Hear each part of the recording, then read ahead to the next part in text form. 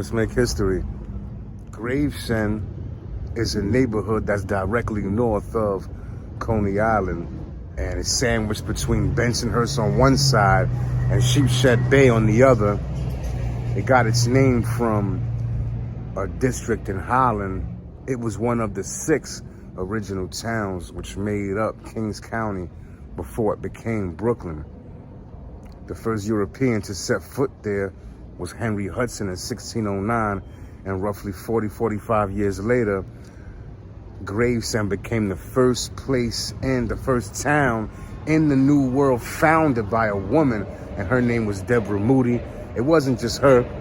She came with others, you know. They were basically English people from Massachusetts who were ostracized by the Puritans for being Protestants, so they came down to New Amsterdam.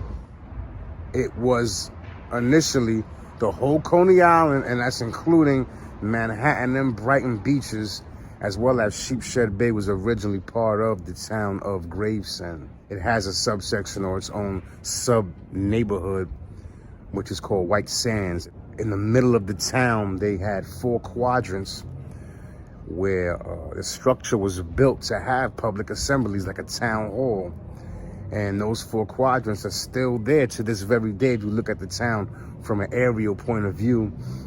There was also a cemetery there belonging to the Van Sicklen family, who a street right there is named after, as well as a street in East New York that's probably more well known. Gravesend was always suburban for the most part. And in the 1950s, the city built Marlboro housing projects on the southern border, right there on the borderline. Growing up in New York, I always looked at Marlboro projects as being part of Coney Island, but technically it's part of Gravesend and is right there on the border. Now, Gravesend has always been a predominantly white town, mostly Sephardic Jews and Italians.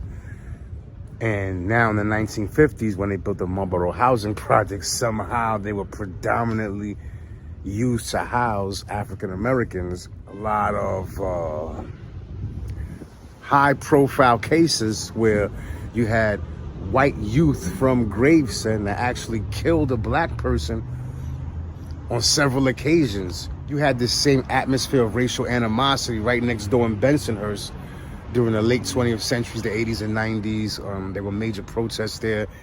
Then Gravesend got a facelift at one point later down the line, and it's now mostly known for its upscale homes. And Gravesend is relatively low in crime.